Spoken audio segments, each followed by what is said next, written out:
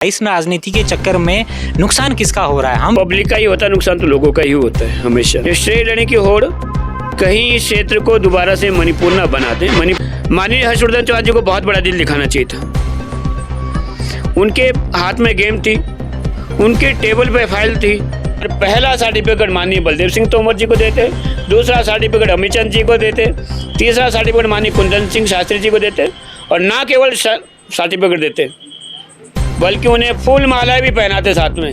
Party समिति को भी बड़ा दिल दिखाना चाहिए था। फिर कहना चाहूँगा, एमपी भारतीय जनता पार्टी के हैं और मंत्री कांग्रेस पार्टी के, दोनों मिलके जाए। आज पहले जो हो चुका आपने भी कहा, जो हुआ सो हुआ। आज भी बड़ा दिल दिखाई ना दोनों लोग।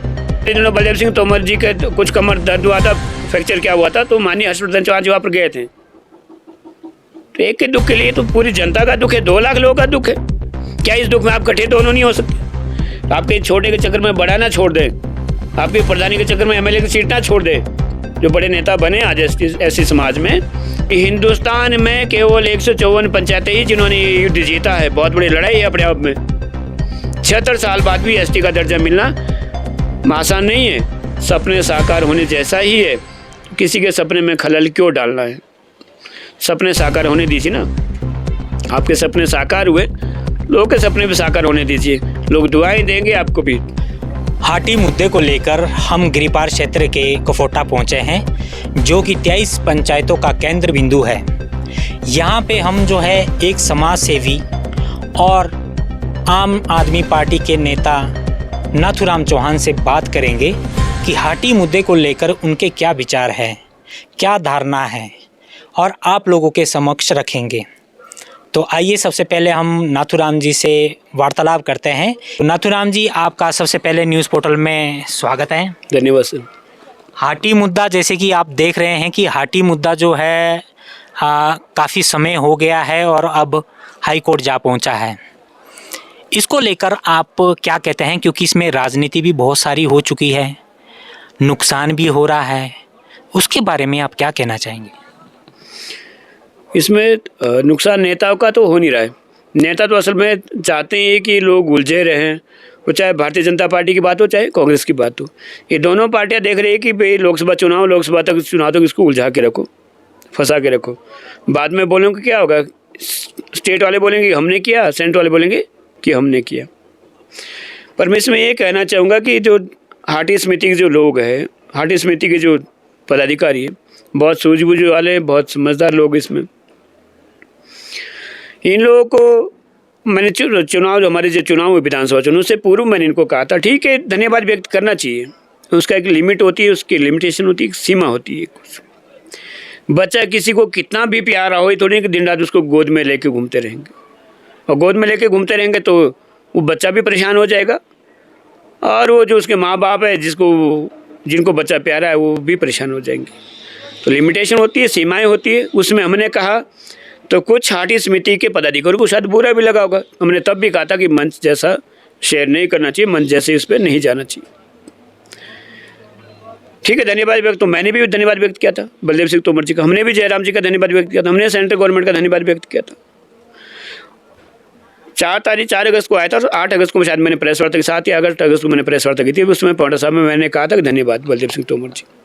ये भी बात साथ में गई थी कि अभी इनका धन्यवाद है, आने वाले समय में हर्षवर्धन चौहान जी का, सुक्खू जी का और कांग्रेस सरकार का भी धन्यवाद व्यक्त करूंगा, अगर वो इसको जल्दी से जल्दी लागू करते हैं तो। पर लागू हुआ नहीं।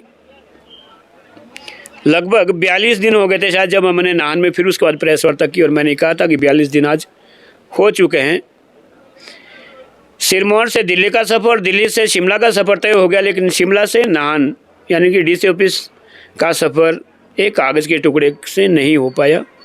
तो वो दुख का विषय था। ये भी हमने नाहन में प्रेस वार्ता में कहा था। नेताजी, मैं टोकना चाहूँगा, आपने चाहे जो मर्जी कहा है वो पास्ट का है। अब हम चाह रहे हैं कि अभी की सिचुएशन पे आप बात करें।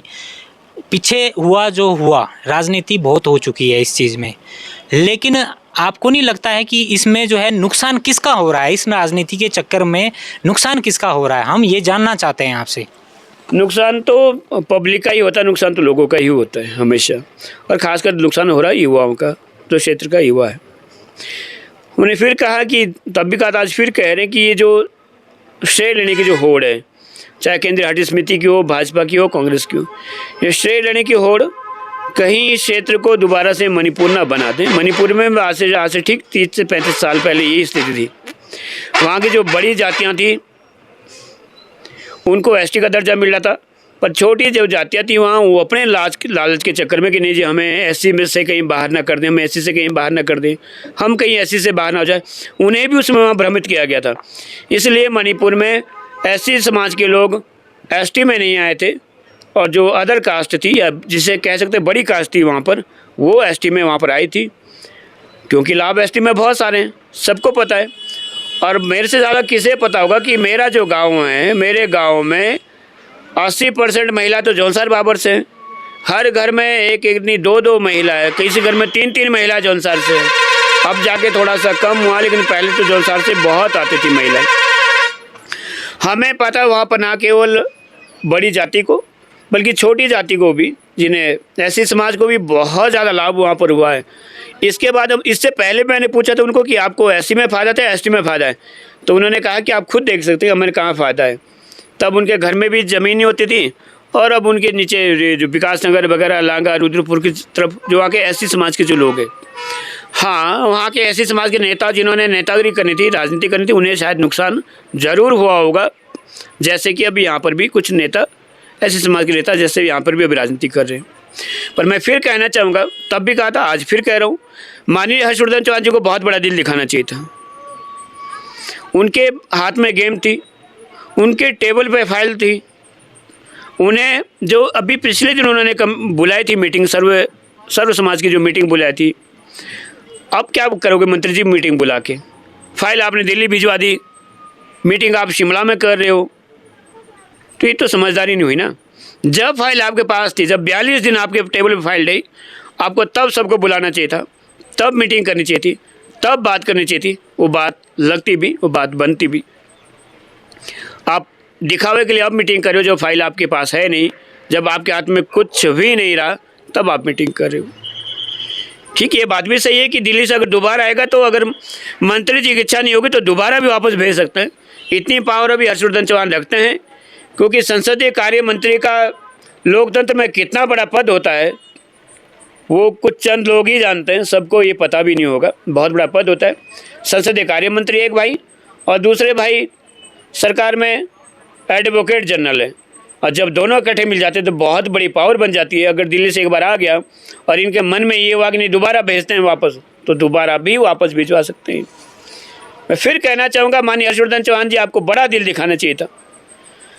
जैसे ही दिल्ली से आया, आपको 1 हफ्ते के अंदर अंदर पांवटा साहब में बहुत बड़ा कार्यक्रम करना चाहिए था। माननीय सुखविंदर सिंह सुक्खू जी को आप बुलाना चाहिए था, क्योंकि बाकी तो आप कुछ कर नहीं पाए थे। आपने शिलाई विधानसभा में या गिरिपाल में केवल ऑफिस ही बंद करवाए थे। पर एक बहुत बड़ी बात होती है, लोग वो सारी चीज़ें भूल जाते हैं, ऑफिस खुलवाए बंद हुआ है सब भूल जाते लोग।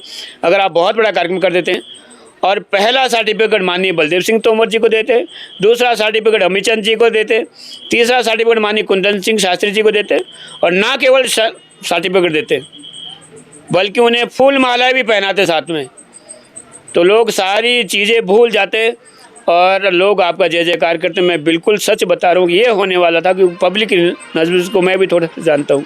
लोग आपसे ये चाह रहे थे, पर आपने वो किया नहीं। दूसरी ओर केंद्रीय हटी समिति की भी थोड़ी सी कमी, थोड़ी सी गलती की केंद्रीय हटी समिति की भी रही है। इन्हें भी बड़ा दिल दिखाना चाहिए था। जब शिमला गए थे जयराम जी का धन्यवाद व्यक्त करें, जब पीटर हॉफ में कार्यक्रम हुआ, तो वहीं से माननीय मुख्यमंत्री के यहाँ भी जाना चाहिए था। हटी समिति को भी बड़ा दिल दिखाना चाहिए था। उनको भी कहना चाहिए था कि ठीक है, जो काम जयराम जी का था या जो काम बलदेव जी का था इन्होंने किया, अगला काम माननीय हर्षवर्धन चौहान जी और सुखविंदर सिंह सुक्खू जी आपका है, तो आप ये काम हमारा करें आप भी, तो शायद उसमें कोई छोटा नहीं हो जाता, जहाँ तक मुझे लगता है। पर समस्या ये है, यहाँ युगों की बात हो रही है। युगों में चाहे आप जिसको मर्जी ले लीजिए। पिछले दिनों नाहन में एक कार्यक्रम हुआ था, सबको पता है, उसकी तैयारियां मैंने की थी। 2 महीने से हम लोग लगातार लगे थे। लगभग 250 से अधिक लोगों से हमने फ़ोन कॉल की थी, बात की थी। और 1 तारीख को मैंने नाहन में प्रेस वार्ता भी रखी थी, लगभग 100 लोगों की वहाँ पर मैंने चाय पानी की व्यवस्था की थी कि हमारे युवा जो लोग हैं, जो नान में पढ़ते हैं, जो पढ़ रहे हैं, वो वहाँ पर आएंगे। पर एक भी उनमें से नहीं पहुँचा, क्योंकि उन्हें लगा कि इस बात का श्रेय नाथूराम ना ले जाए और उनसे हाटी समिति या बलदेव सिंह तोमर के ही नाराज़ ना हो जाए। तो सीधी सीधी यहाँ पर अहम की लड़ाई है, सीधी सीधी यहाँ पर श्रेय की लड़ाई है। आज मैं फिर कहना चाहूँगा, एमपी भारतीय जनता पार्टी के हैं और मंत्री कांग्रेस पार्टी के हैं, दोनों मिल के जाए। आज पहले जो हो चुका आपने भी कहा, जो हुआ सो हुआ। आज भी बड़ा दिल दिखाई ना दोनों लोग, दोनों जाएं फिर दिल्ली, दोनों दिल्ली पहुँचिए, दोनों वहाँ पर जाके बोलिए, उनको बैठिए वहाँ पर दिल्ली में, बात कीजिए वहाँ पर, कहिए आप जनजातीय मंत्री से कि जल्दी से दोबारा भेजा जाए। मंत्री महोदय, आपको कोई संशय है तो आप वहाँ पर भी रख सकते हैं, मुझे ये डाउट है, पर लगता ये कि आप फिर लटकाना चाहते हैं, आप फिर चाहेंगे कि फिर कागज़ का टुकड़ा आए, फिर आज उसमें कमी कोई निकाल दे। कमियाँ तो निकल जाती है, कमी तो आप भगवान जी में निकाल दो, उनमें निकल जाती है, तो कागज़ का तो केवल कागज़ का टुकड़ा है, कमी उसमें थी कुछ नहीं। जब उन्होंने प्रेस वार्ता की, मैंने तब भी कहा था कि कब से होना चाहिए, 2 चीज़ें थी। कब से होना चाहिए? 1950 से, जब से सबका हो रहा है। किसे देना है? जो आएगा, जो मांगेगा उसे देना, जो नहीं आएगा, जो नहीं मांगेगा उसे नहीं देना है। एससी वाला आता तो इसको दे दो, तो एसटी बन जाता। एससी वाला अगर नहीं आएगा तो वो एससी में ही रहेगा, उसके एससी का अधिकार सुरक्षित है। यही हाल ओबीसी के लिए, ओबीसी वाला आएगा उसे सर्टिफिकेट दो, एसटी बन जाएगा, नहीं आएगा तो ओबीसी में रहेगा। इसमें बहुत बड़ा बवाल है ही नहीं, जो आएगा उसे देना है, जो नहीं आएगा उसे नहीं देना है। मान लीजिए अब किसान निधि मिलती है, सब लेते हैं, मैं नहीं लेता, तो मुझे कोई अगर मोदी जी घर में आके थोड़ी नहीं दे देंगे, नहीं आप ले लो, या मुझे मेरे को डंडा थोड़ी नहीं बरसाएंगे, आप ले लो। उज्ज्वला गैस की योजना मिली, तमाम सारी योजनाएं हमने नहीं ली, तो कोई मेरे घर में आके जबरदस्त मुझे थोड़ी नहीं दे देगा। ठीक, इसमें भी यही बात थी, पर यहाँ केवल उलझाने वाली बात है। मैं चाहता हूँ कि अगर आप सच्चे हितैषी जनता के, चाहे केंद्रीय हाटी समिति हो, माननीय बलदेव सिंह तोमर हो, माननीय हर्षवर्धन चौहान जी हो, आपको इकट्ठा मिल के बैठ के बात करनी चाहिए। पिछले दिनों बलदेव सिंह तोमर जी के कुछ कमर दर्द हुआ था, फ्रैक्चर क्या हुआ था, तो माननीय हर्षवर्धन चौहान जी वहाँ पर गए थे। तो एक के दुख के लिए तो पूरी जनता का दुख है, 2 लाख लोगों का दुख है। क्या इस दुख में आप कटे दोनों नहीं हो सकते? कटे हुए ना दोनों, तो दोबारा बैठिए। शिला में जो मीटिंग 15 को हुई थी वो 16 को हो सकती थी, माननीय हर्षवर्धन चौहान जी को 16 को भी आ सकते थे, बलदेव सिंह तोमर जी वहाँ पर थे। और अगर 15 को रखनी ही थी तो सूचना दे के केंद्रीय हाटी समिति के लोग आ जाते वहाँ पर, या बलदेव सिंह तोमर जी आ जाते वहाँ पर। इकट्ठा होना चाहिए था, एक मंच पे आना चाहिए दोबारा। अभी मैं दोनों से निवेदन जरूर करना चाहूँगा, आप चाहो तो बहुत बड़ी खाई खोद दो, और आप चाहो तो बहुत अच्छे से इसको निभा सकते हैं। और आप एससी को भी समझाएं, ओबीसी को भी समझाएं, किसी का भी नुकसान नहीं है।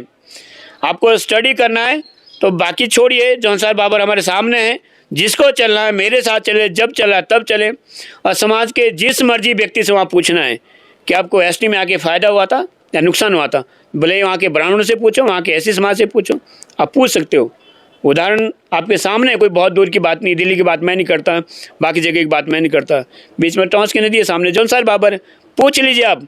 हज़ारों उदाहरण है, हज़ारों वीडियो हमारे पास पड़ी जिसमें लोगों ने कहा कि हमें एसटी में रहने से फ़ायदा हुआ। फिर लोग बोलते हैं कि नहीं, हम मान जाते अगर क्षेत्र होता। ये बात तो मैं यही कह रहा हूँ, क्षेत्र भी हो जाएगा और क्षेत्र बहुत जल्दी होगा। तो आपको जो जब तब भी होना, तो आज होने में क्या दिक्कत है? ओबीसी समाज को आज होने में क्या दिक्कत है? आप 17% कहते हैं, 17% छोड़िए, अगर आप पूरे हिंदुस्तान लेवल के आप जो इंटरव्यू वगैरह होते हैं तो 17% से कहीं आगे जाता है। ये यही एससी समाज को भी, ऐसे समाज वाले कह रहे नहीं हमें आरक्षण चाहिए, हमें पंचायत राज में आरक्षण चाहिए। भैया सीधी बात आपको बताऊं, पंचायत का आरक्षण छोड़िए, अगर हमारा एसटी हुआ, हमारे एसटी सर्टिफिकेट बने, तो उस समय एसटी एमएलए की सीट एसटी में जाएगी, सीधी सी बात है। आपके छोटे के चक्कर में बड़ा ना छोड़ दें, आपके प्रधानी के चक्कर में एमएलए की सीट ना छोड़ दे। जो बड़े नेता बने आज एससी समाज में, मैं कहना चाहूँगा कि ये डिलिमिटेशन होगा तो हमारी शिलाई या कफूटा जो भी 2 में से 1 विधानसभा एसटी में जाएगी ही जाएगी, तो उसमें एससी समाज के लोग फिर वहाँ चुनाव नहीं लड़ पाएंगे। ये मैं आपको राय भी दे रहा हूँ, क्योंकि माननीय हर्षवर्धन चौहान जी आपकी ये राय देंगे नहीं, क्योंकि आपका वो बेवकूफ़ बनाएंगे, और बेवकूफ़ ही बना रहे हैं अभी तक भी फ़िलहाल। क्योंकि एससी समाज को जितना मैं जानता हूँ, शायद कोई और नहीं जानता होगा। एससी समाज के जो नेता आज बने वो भी इतना नहीं जानते होंगे, क्योंकि जितना एससी समाज के लिए दुख दर्द में मैं हमेशा खड़ा रहा हूँ। 2007 में पहला चुनाव लड़ा था, तो मायावती जी की पार्टी से लड़ा था, दूसरा चुनाव लड़ा था और रामविलास पासवान जी की पार्टी से लड़ा था। समझ सकते हैं ऐसे के से समाज से जितना जुड़ाव मेरा है, पर जुड़ाव मेरा उनके हित के लिए, खुद के हित के लिए नहीं। आपके जो नेता हो सकता है उनका खुद का हित हो, उन्हें खुद लीडरशिप बनानी हो, उन्हें खुद हर्ष के बहुत नज़दीक, बहुत क्लोज जाना हो हर्ष जी के, और सीढ़ी के रूप में प्रयोग हो, आप लोगों का करे हो, समझना आप लोगों का है। मैं फिर निवेदन करना चाहूँगा समाज सेवी होने के नाते या जनता का जो हमारे जो जनता के प्रति जो मेरा दुख है, जो दर्द है, कि दोनों को अपने ईगो छोड़ना चाहिए, ईगो त्यागना चाहिए दोनों को, चाहे हाटी समिति हो, चाहे बलदेव जी हो, चाहे हर्षवर्धन जी हो। अपना ईगो त्याग के एक मंच पे आइए और समस्या का समाधान कीजिए। लड़ा के कुछ नहीं मिलने वाला। बहुत बड़ी खाई जो अभी पटी है हमारे गांव में भी, मैं फिर बोल रहा हूँ कि गांव में चाचा भाई ऐसे रिलेशन होते हैं गांव में, कोई नहीं पूछता किसी को किस जाति से किस माँ से, कोई नहीं पूछ रहा, ना कोई पूछता है। पर आप दोनों हो सकता है कि बहुत बड़ी खाई दोबारा पैदा ना कर दें, जिसको ख़त्म करने के लिए 70-76 साल लगे हैं। तो अपनी नेतागिरी के चक्कर में, अपनी वाहवाही करने के चक्कर में, कि हम जैसे गरीब लोगों का आप सीढ़ी के रूप में उपयोग करके ऊपर जाना चाह रहे हैं। पर आपको ये ध्यान रखना होगा कि दोबारा समाज में खाई ना बने। जिस दिन खाई बनेगी और जिस दिन आग लगेगी, जब आग लगती है ना, तो ये नहीं दिखता कि मकान किसका है, मकान कांग्रेसी का है, मकान भाजपा युवाओं का है, मकान एससी का है, एसटी का है, मकान ओबीसी का है। आग जब लगेगी तो भयंकर विनाश होगा। उस विनाश से बचाएं क्षेत्र को। बताइए कि अभी जो एसटी का सर्टिफिकेट नहीं मिल पा रहा है, उससे नुकसान जो है सबसे ज़्यादा किसको हो रहा है? हमारे युवाओं को नुकसान हो रहा है। और युवा का मतलब, और गांव में कोई एक व्यक्ति नौकरी लगता है ना, तो पूरे गांव में खुशियां मनाते हैं उस दिन। हमारे अभी भी समाज में वो चीज़ है। वहाँ ये नहीं देखते कि एससी समाज का है, एसटी समाज का, ओबीसी का या स्वर्ण समाज का है। वहाँ पर गाँव का बेटा होता है। तो मुझे लगता है कि जो लोग इसमें अड़ंगा डाल रहे, उन्हें भी कहना, उन्हें आगे आके कहना चाहिए। एससी समाज और ओबीसी समाज, एससी समाज के बहुत सारे लोग और ओबीसी समाज के कुछ लोग जो आज टारगेट पर बने हुए हैं, उन्हें बड़ा दिल दिखाना चाहिए। उन्हें भी आगे आना चाहिए कि अगर आप इन लोगों को अगर एसटी का दर्जा मिलता तो हमें कोई दिक्कत उसमें है नहीं। और जहाँ तक वो बात करिए हमारे अधिकार सुरक्षित हो, तो अधिकार सुरक्षित तो आप अम्बेडकर जी को मानते हो ना, तो बाबा साहब अम्बेडकर जी को मानते हैं और उनकी नहीं मानते तो गलत बात है। अम्बेडकर जी की बात को भी मानना पड़ेगा आपको, ना केवल अम्बेडकर जी को मानो आप। जब उन्होंने जब एससी के लिए अधिकार दिया तो वही अधिकार एसटी के लिए भी। कोई हिंदुस्तान में कोई अलग से थोड़ी ना हमारे गिरिपार के लिए अलग से अधिकार सुरक्षित हो जाएंगे कि नहीं, इनके लिए अलग से अधिकार सुरक्षित कर दो। और अगर आपको ऐसे बहकाव में कोई रख रहा है, चाहे मंत्री ही क्यों ना हो, तो गलत बहकाव में आपको रख रहा है। ऐसा नहीं होगा। संविधान दोबारा नहीं लिखा जाएगा। बाबा साहब अम्बेडकर फिर दोबारा नहीं आएंगे संविधान लिखने के लिए। जो उन्होंने लिखा है एससी और एसटी के लिए, वो अधिकार सुरक्षित है और सुरक्षित रहेंगे। अगली जो महाकुंभली होती है उसमें आप जाएंगे? नहीं, मैं तो बिल्कुल जाऊंगा। अगर वो पार्टी से बाहर खुमली होती तो, और अगर पार्टी लेवल में खुमली होती तो फिर मुझे जाना थोड़ा, क्योंकि नाहन में जो हमने प्रयास किया था वो विशुद्ध रूप से मेरा प्रयास था, मैंने किया था और सबको मैंने फ़ोन भी किया था बकायदा। जो इंस्टीट्यूट है नाहन में, वहाँ मैं गया भी था, लोगों से मिला भी था। यहाँ तक कि ओबीसी समाज के जो लोग थे उनके साथ भी रात को 10 से 11 बजे तक हम बैठे थे। उन्हें भी हमने कहा था कि आपको बयान चाहिए, उन्होंने भी यहाँ तक कहा था ठीक है हम आप भी आएंगे वहाँ पर जिस समाज को लाभ चाहिए वो समाज के लोग, वो लोग नहीं आए थे। दुख तो ठीक है, मुझे भी होता है। मुझे भी लगा कि मैं अपने लिए थोड़ी लड़ूँ। मैंने पहले कहा था मैं एसटी होता हूँ, एसटी होता हूँ, ओबीसी होता हूँ, मुझे कोई फ़र्क नहीं पड़ने वाला, मुझे नौकरी नहीं करनी। मेरी श्रीमती को नौकरी करने वाली, बच्चे इतने छोटे छोटे की ज़रूरत नहीं अभी उन्हें है। जब बड़े होंगे तो देखा जाएगा उस समय। तो किसके लिए हम लड़ रहे हैं? समाज के लिए लड़ रहे हैं। आज से पहले भी जहाँ पर भी अधिवेशन हुआ, जहाँ पर भी सम्मेलन हुआ, मैं पहुँचा हूँ वहाँ पर। ये अलग बात है कि हाटी समिति ने मुझे नहीं वहाँ बोलने का मौका दिया, अलग इशू है। तो मंत्री महोदय जैसे आपको बुरा लग रहा है ऐसे शायद उसका मुझे भी उसमें बुरा लगाऊँ, इतना दूर से जाना और फिर वहाँ को चुनिंदा लोगों के नाम बताना, क्योंकि ना तो नाम बीतता हो गया गुजरा तो है नहीं कि बाकी स्टेट के लोग बुलाते हैं हमें अपने अपने राज्य में, वहाँ पर स्पीच देने के लिए यूनिवर्सिटी वाले बुलाते हैं और अपने यहाँ जहाँ पर कार्यक्रम हो रहा है वहाँ पर ना बुलाएं। ठीक है मंत्री जी, बुरा तो मुझे भी लगा होगा, पर हमने बड़ा दिल दिखाया। हम आज भी समाज के साथ खड़े हैं और समाज के साथ खड़े रहेंगे। गलत को गलत और सही को सही बोलेंगे। इसलिए मंत्री जी मैं दोबारा से निवेदन करूँगा, अगर जब बहुत जल्दी अभी जो कागज़ वापस आएगा दिल्ली से, उसके ऊपर दोबारा कोई टीका टिप्पणी ना करें। उसको दोबारा से फिर बड़ा दिल दिखाई ना। आप हो गई गलती एक बार जो हो गई, दोबारा बड़ा दिल दिखाइए। पौंटा साहब में लगवा दीजिए बड़ा सा टेंट और पूरे हाटी 154 पंचायतों के लोगों को बुलाएं वहाँ पर। और सबसे पहले सर्टिफिकेट जिनको मैंने कहा था ऐसे सर्टिफिकेट दीजिए, ना केवल सर्टिफिकेट बोले, माला पहनाएं उन लोगों को, स्वागत करें उन लोगों का। कि हिंदुस्तान में केवल 154 पंचायतें ही जिन्होंने ये युद्ध जीता है। बहुत बड़ी लड़ाई है अपने आप में। 76 साल बाद भी एसटी का दर्जा मिलना आसान नहीं है। सपने साकार होने जैसा ही है, तो किसी के सपने में खलल क्यों डालना है। सपने साकार होने दीजिए ना। आपके सपने साकार हुए, लोगों के सपने भी साकार होने दीजिए। लोग दुआएं देंगे आपको भी, और दुआओं में कितनी ताकत होती है, दुआओं में कितना बल होता है, सब जानते हैं। खासकर मैं तो जानता ही हूँ, क्योंकि हमारे पास लोगों की दुआ के सिवा कुछ और है नहीं। तो आप भी लोगों की दुआएं लीजिए। बद्दुआएं क्यों लेते हैं आप लोगों की।